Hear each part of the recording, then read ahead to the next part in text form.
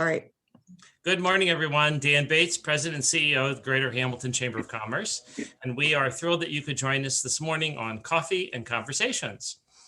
You will be getting to our guest speaker in just a little bit after we do some self-introductions. But today we do have Amy Frey from Sedgwick, and also Julia Bowling's on from Sedgwick as well. And if you don't know what an MCO is, you're going to find out. So they're also going to be talking about the exciting world of workers' comp and all the things you need to know. And, I'm always amazed with how little business owners know about workers' comp and actually how it can be beneficial to their business. So with that being said, you know who I am. I think, Laura, you're going to do self-introductions, and then we'll get with the program. Yep. Hello, everyone. I'm Laura Merrill with the Greater Hamilton Chamber. Glad you could join us. We're going to go around and tell me what your name is and what company you're with. Steve, we will start with you. Hello, everyone. Steve Wayne. I'm the Assistant Director of Employer Relations at Miami University Regionals. Glad to be here. Good. Glad to have you with us today. Lisa? Hi, I'm Lisa Sandlin. My company's name is EmpowerWorks, where I teach people how to take ownership of their life, their health, and their wealth through education, design, and financial services. And we feature the How Money Works Stop Being a Sucker book. Just happened Wonderful. That's an excellent book, by the way. Nancy? Hi, I'm Nancy O'Neill with the Greater Hamilton Chamber. All right. And Sandy? Good morning, Sandy Kusnoff. I'm with Frank's Glass. Welcome. Glad to have you with us. Julia, would you like to introduce yourself? Sure. Good morning, everyone. My name is Julia Bowling, and I am a business development manager with Sedgwick TPA. Oh, awesome. So, Amy, we will let you take it away. Super. Thank you. Oh, my screen just screensaver just went. So I just need to put in my password. That's what I get for logging on so early. So good morning, everyone. My name's Amy Frey. I'm with Sedgwick Managed Care, Ohio. I'm super excited to be here today to talk about the wonderful world of workers' comp.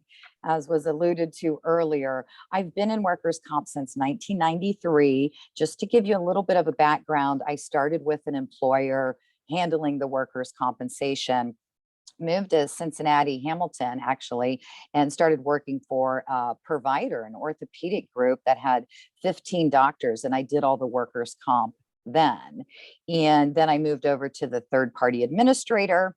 I took 10,000 hearings in 9 years. I was in Hamilton at least twice a week taking hearings. And as we were talking about earlier, shopping at Elder Bierman's in between hearings. And then I moved over to the MCO 16 years ago. I joke and say, if I would have went to work for the Bureau of Workers' Comp, I'd be retired by now because, it's a public employer. But so that's my background. So I can answer questions from the employer's perspective, the medical provider perspective. We have Julia on here that has the third-party administrator perspective, and again, the MCO perspective. So we can talk today about the MCO role and how we can help control the workers' compensation cost. Can everybody hear me okay? Yes. Okay, great. And then I know Tiffany was going to pull up the presentation. There we go. Oh, it just started at the bottom. And there's my contact information. I don't know why I did that. Here we go. And then if you click at the bottom right, there you go. So again, you can click to the next screen. We'll be talking about the MCO role, and we'll get started on the just the discussion agenda points. The importance of the injury reporting process. I'm very passionate about that. We'll go into that, and also the MCO medical case management, as well as the medical bill payment. I could talk for 30 minutes on each of these, but we have about 50 minutes and I want to have time for questions. So Tiffany, there you go. So you may ask yourself, what is a managed care organization? The MCOs came about in 1997, and they took on responsibilities from the Bureau of Workers' Comp, which is the medical management of the work injuries. So our objective is always a safe and swift, successful return to work. That's what we're working on. The MCO is a resource to all parties of the claim. Well, what does that mean? That means we are a resource for you, the employer, the injured worker, the medical provider, even the third-party administrator, the Bureau, the Industrial Commission, quite a long list. And as the MCO, we are taking in the claim information and reporting that to the Bureau. And one of our screens coming up will have a timeline to show you how we do that and how you can do that as an employer. So our job is to assist you, the employer, with your workers' compensation program development. That could be from the injury reporting packet to how to file the claim timely. There's different options in whatever works best for you. And we organize the information to get that into the BWC's system as well. So MCOs are mandatory for Ohio state funded employers.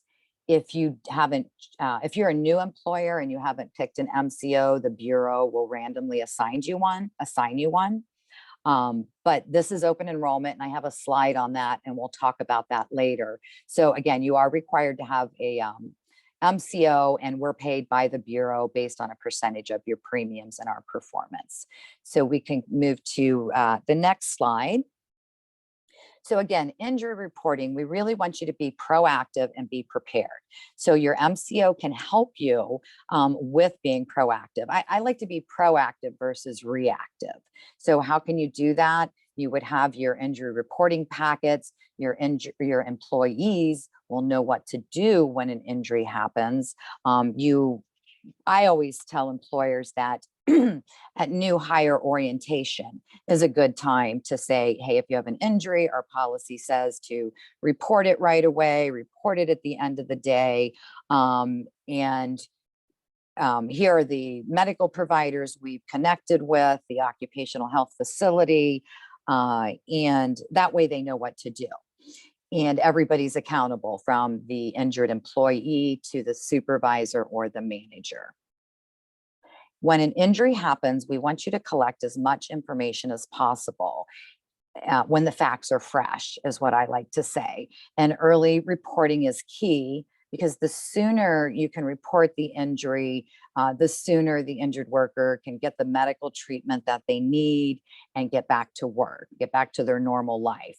So it is important for you to know who your MCO contact information is. I send out a contact sheet that lists their case examiner, their nurse case manager, my contact information, and then there's always an area that shows you how to report an injury by faxing it, emailing it, calling. I don't think you want to snail mail nowadays, but that's an option as well. So your MCO is here to help you with the claim process. And again, the sooner a claim is filed, I can't emphasize this enough, the sooner the injured worker can get the medical treatment and get back to work. And I'm going to mention this a couple times. Workers' comp is HIPAA exempt. So you, the employer, can talk to your injured worker about their claim. And, you know, you put yourself in their shoes. It's scary when you have a claim. You're not sure what to do, where to go. So the injured worker will really appreciate you figuratively holding their hand through the process. And as your MCO, we're reaching out to the injured worker too. All right, so the next screen is a fun flow chart. So this is really nice to have on hand if you're a company that maybe, you know, has an injury once a year and you're like, oh my gosh, what do I do? So an incident or injury occurs, you ask yourself, did the injured worker seek medical treatment beyond first aid? And another way to think about it is, did they go somewhere that's going to generate a bill? If they did go to an occupational health hospital, we want to file that claim and report it to your MCO. If I'm your MCO, I'm going to send you this flow chart, and in the middle where it says report claim to your MCO, it's going to have our email address, our fax number, our 24/7 phone number. So you have that information. So if we back up and the injured worker did not seek any medical treatment beyond first aid, you would not report that to your MCO. However, you will have them fill out an incident report, and you would keep that on file. You would keep it on file separate from their personnel file. And then if the injured worker seeks treatment at a later time, you then file it with the MCO. I'm going to jump back to that in a minute, but I'll keep going down the flow chart. So once you've reported the claim to the MCO because they sought medical treatment, we're submitting that electronically to the Bureau of Workers' Comp so they can start their review of the claim and issue an order. Simultaneously, we're reporting the injury to the third-party administrator, and we're reaching out to you, the employer, the injured worker, and the medical provider. So we're reaching out to the injured worker to say, you know, are you okay? I see a new claim that I got this morning. A police officer tore a tendon in his calf. So I immediately connected him with the nurse. The injury just happened yesterday. So we're reaching out to the injured worker, the employer, and the medical provider. You know, and our goal in this particular case is, can he come in and do light duty work while he's waiting for his claim to get approved so he can have surgery? So jumping back, if you have an injury that does not seek medical treatment right away, the Bureau rule is you have 1 year from the date of injury to file a claim. So here's a story, a nursing home. A nurse came in and said in HR, hey, Sue, I tripped over the PICC line in room A and I landed on my left knee. But I think I'm going to be okay. I don't need medical treatment. And Sue says, well, let's document that on the incident report. Injured employee wrote down, I tripped over a PICC line, I fell on my left knee. So about 6 months later, she comes in and says, hey, Sue, do you remember when I tripped and landed on my knee? And she said, yeah. She said, well, I'm going to have a total knee replacement next week. And so Sue's going through the file to look for the incident report. And because it was documented, her left knee, it's not work related because she's having the surgery on her right knee. So document when the facts are fresh. The first report of injury is huge. That piece of paper is used throughout the life of a claim. And I always say that it should be in the injured worker's own handwriting. So I think we're going to save questions for the end, right, Tiffany? Yes, she shook her head, yes. I could talk about workers' comp all day, but I'll keep an eye on the clock. All right. We can go to the next slide, which is the medical management piece and what we as the MCO are doing. Again, to medically manage the claim, we're wanting the clarity on the status and the progress of the claim. We're monitoring claims for appropriate and cost-effective medical care. So let's say an injured worker has had the 12 visits of physical therapy for the lumbar sprain and they're not getting better. The doctor could say, oh, they need 20 more visits. Well, that's a lot. So we would call the doctor and negotiate to say, hey, let's get those physical therapy notes to see how they're doing, to discuss further medical care.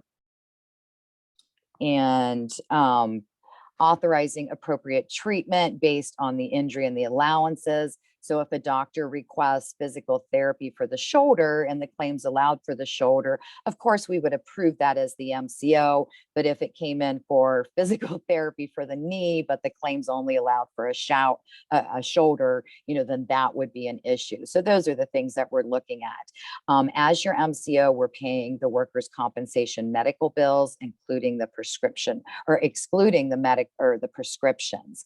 The Bureau pays for the prescription medications. And a couple points here that I really want to touch on. If your injured worker ever gets a medical bill for their work-related injury that is allowed, please send that to your MCO as soon as possible.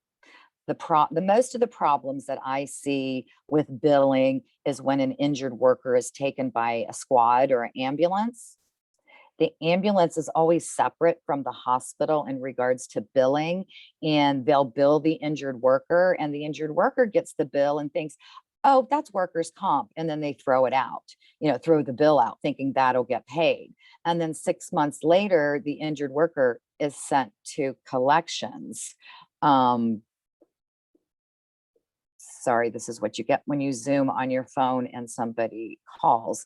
I'm hoping sorry about that. And so again, if your injured workers get any type of bill for their allowed claim, please send that to your MCO as soon as possible. I never, ever want to see an injured worker go to collections for that. And again, ambulance companies are the biggest issues. And we have a provider service relations person who will call those companies, and many of them are out of state, so they're not familiar with Ohio. But that's our job as the MCO, to educate those providers on the billing issues. So our job is to make your job easier for your employee, and to make the process smoother. So with prescription medications, the Bureau has a first fill rule. What does that mean? That means if I had somebody had an injury yesterday and the occupational health facilities gave you a prescription for an NSAID, an anti-inflammatory, and you went to CVS or Walgreens, they will follow the first fill rule, because I don't have a claim number yet. And you don't want the injured worker to have to pay out of pocket.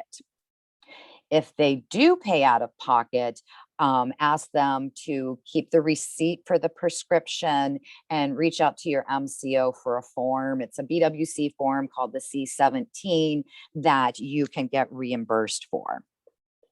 All right, lots of great information. So also the MCO is addressing the need for additional services that could be in both the vocational rehabilitation realm. That could be anything from job retention, remain at work, job retentions for lost time claims, and perhaps somebody's struggling and they're still on restrictions. That's something that we'd want to look at. Remain at work is a medical only claim. And again, it could be an injured worker struggling with the restrictions. And please remember, as the employer, you're the eyes and ears. Your MCO is speaking with the injured worker on the telephone, but you're seeing them and hearing if they're having any issues, perhaps from their supervisor. So our goal is always a successful return to work for your injured workers. And under the communication, again, I'm going to say it again, workers' comp is HIPAA exempt. So again, you, the manager, can talk to the injured worker about their claim.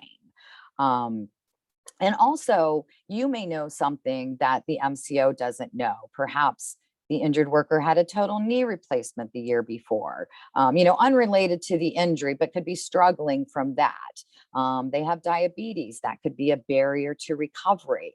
Communication is key in keeping the lines of communications open with all parties. And again, put yourself in the injured worker's shoes. It's a scary time. And I asked a claimant's attorney a while back when we did a presentation for an association. I said, what is the biggest reason an injured worker gets an attorney? And they said it's because they've not heard from their employer. They didn't know when they were going to get their next check. They didn't know if they had a job. So again, reaching out to your injured employee is extremely beneficial. All right. So the MCO, as we talked about, handles the medical billing, and we use the BWC fee schedule when a bill comes in, excuse me, and we're evaluating each bill to make sure it's appropriate for the allowed conditions, as well as the Bureau grades us on our timing and accuracy. We have requirements to get the bills paid timely. And I just want to say again, if an injured worker gets a bill, send it to your MCO to make sure that is taken care of. All right, and we can flip to the next slide. All right, so how does an MCO impact your experience modified rate? So the BWC looks at an employer's manual classification, payroll, and the claims history to set the rates and premiums. And if an employer's claim costs are exactly what the Bureau says they should be, then your EMR or experience modified rate would be exactly 1.0. So as the MCO, it's important to look at the claims cost. I mean, we want them to have the best treatment as possible, but as the MCO with our medical savings, if we can keep those costs down, that will help lower the claims cost to lead to a lower EMR, again, experience modified rate. And that could be from bringing them back to work with restrictions on transitional work, or negotiating treatment, as we talked about earlier. And, our goal is to help you keep those premiums down, as well as getting your injured workers the best treatment, so you're eligible for those discount and rebate programs.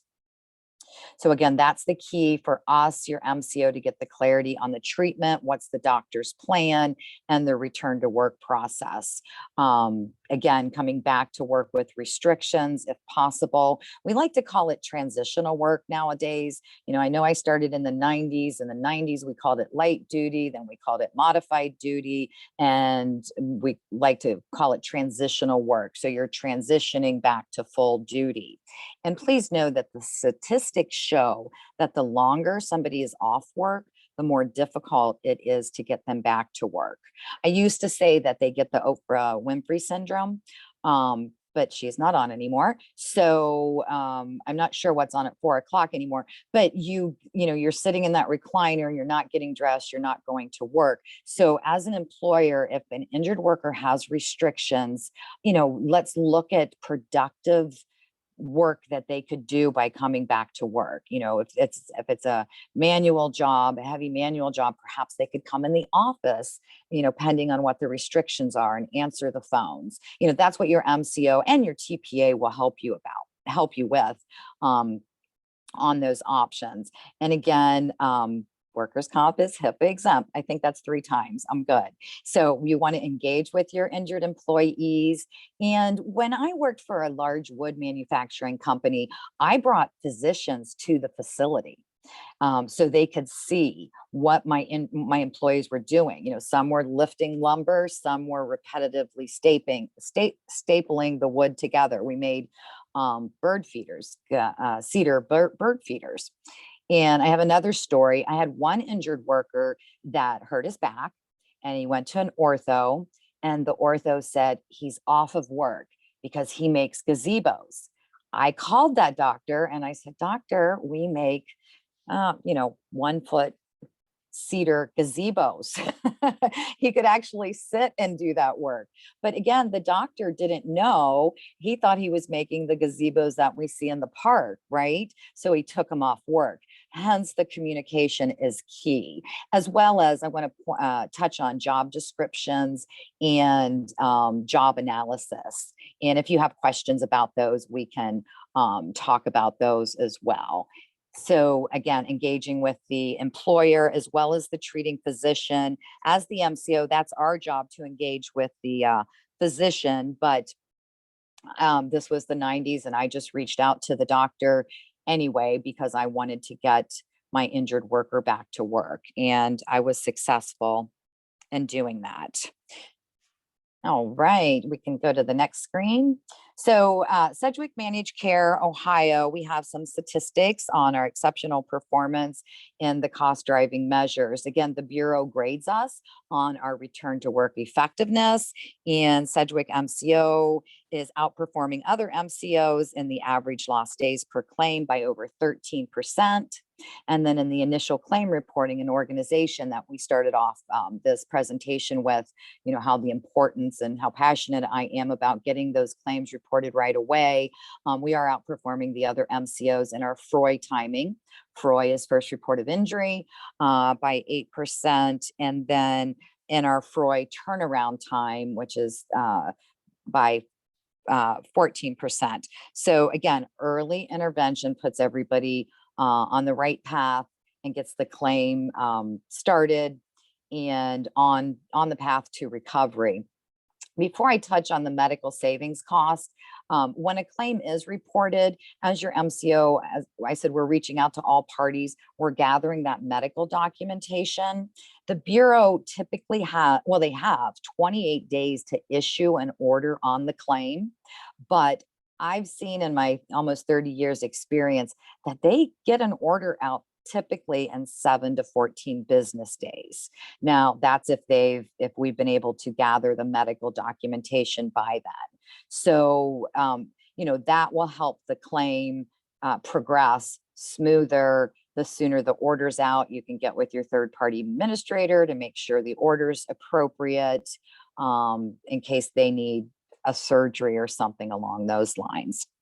So the medical cost savings, Sedgwick MCO reduced medical costs by over 23% beyond the BWC fee schedule. And of course, by lowering those medical costs, that helps you have long-term premium rates with the Bureau, which is always awesome. All right, we can go to the next slide. Thank you so much, Tiffany. You're awesome. And happy the birthday girl is killing it. So open enrollment started last week and goes through May 28th. It's the opportunity for you to select your MCO partner the whole month. So you're probably getting phone calls from MCOs, and it's a 2-year partnership. So open enrollment is every 2 years. The next one will be in 2023. And and there's no cost for the MCO. We talked about that before. We're paid by the Bureau based on a percentage of your premiums on how well we perform on the bill timing and return to work and a slew of other things. And if you chose Sedgwick MCO as your MCO, we would begin to manage your claims on June 28th. And it is a simple transaction. It's everything's done electronically. In the 90s, when you switched to MCOs, there would be trucks backing up to your company to deliver files. So glad that's not happening anymore. Everything is electronic and it's very simple. So again, May 28th is the end of open enrollment. Yay. And here's my contact information. If you have any questions later, if you think about any question later down the road, please shoot me an email, give me a phone call. I'm here in Cincinnati. And the next slide is we're open for questions and coffee and conversations. That was fun.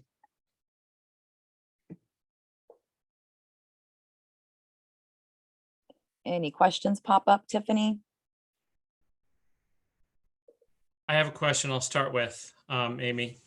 To me, this is a lot like HR in general, meaning that everybody needs a professional.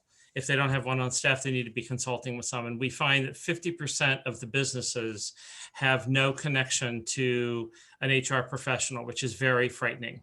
So with that being said, what would you say are the percentages of people that have no clue about what the requirements are for workers' compensation and how, BWC can actually be a partner with them?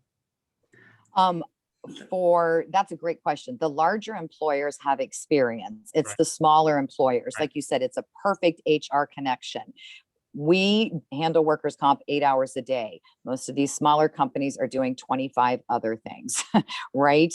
I have some employers tell me, Amy, workers' comp is 5% of my job.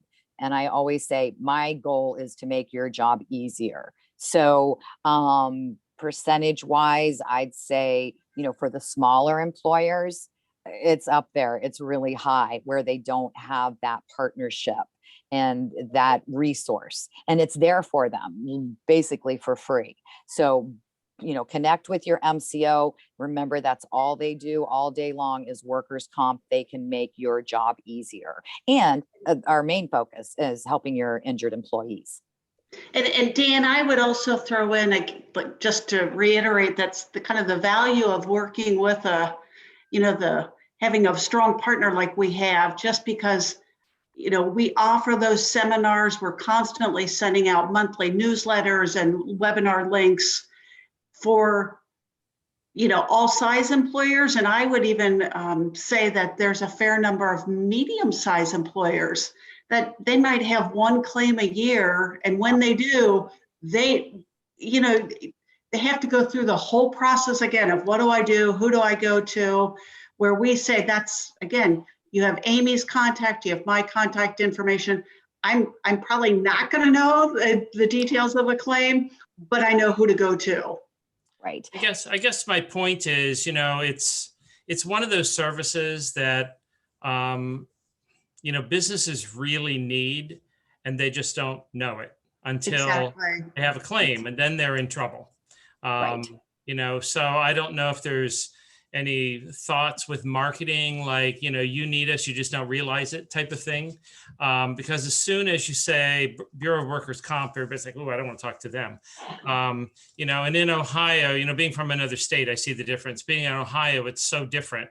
And that's Yes. very unique. And there's only a handful of states that handle it this way.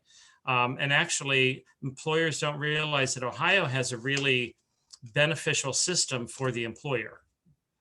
Correct.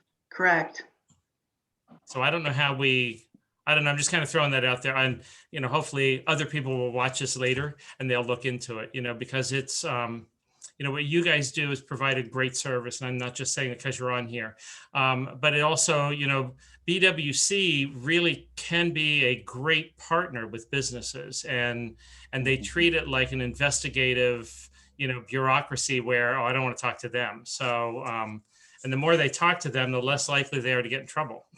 Exactly. And they have a great department of safety and hygiene that a lot of employers don't realize is there. I mean, it is outstanding. And it's basically free because your premiums have paid for the safety division. Right. And and through their safety record, they can actually earn discounts and save even more money. So, I find that actually the HR people are not the ones most interested in what you guys do. Oftentimes it's the CFO, the Chief Financial Officer. Correct. So I don't know what the point is of that, just kind of throwing that out there, because it's, it always amazes me if you talk to a business owner who's probably been in business for maybe a couple years and they don't know anything about workers' comp and, TPAs, and they don't have a clue. Mhm. When I've done trainings for, I'll say restaurants, I'm amazed that the managers will know how much they're paying for ketchup. They know their staff costs, but I'm like, workers' comp, and they just draw a blank. And I'm like, this is significant money. So yes, and we appreciate your, at least you understanding the value here. And something that I recently did is I recorded a WebEx video on how to file a claim in under 5 minutes. So, I have the flow chart, but that's key because, as you said, Dan, there's employers that may not have a claim, but every other year, and they're doing 95 other things. Who can remember how to file a claim? So my goal was to give them a link that you could click on to be like, oh yeah, I can listen to this it's actually 4 minutes and 22 seconds on how to file a claim.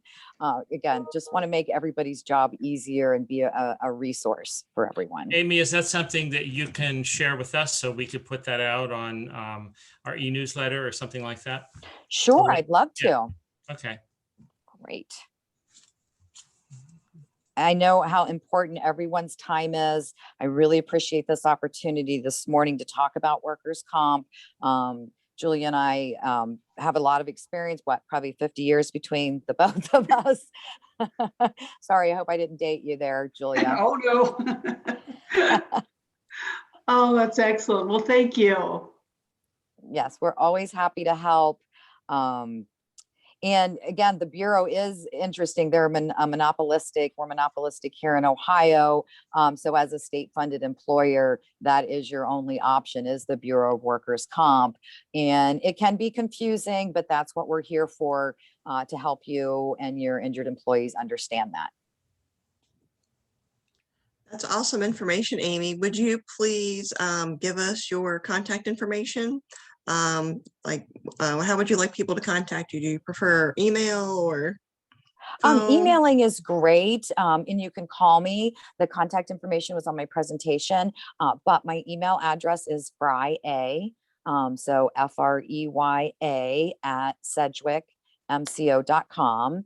And I'm here in Cincinnati, so 513-383-0263.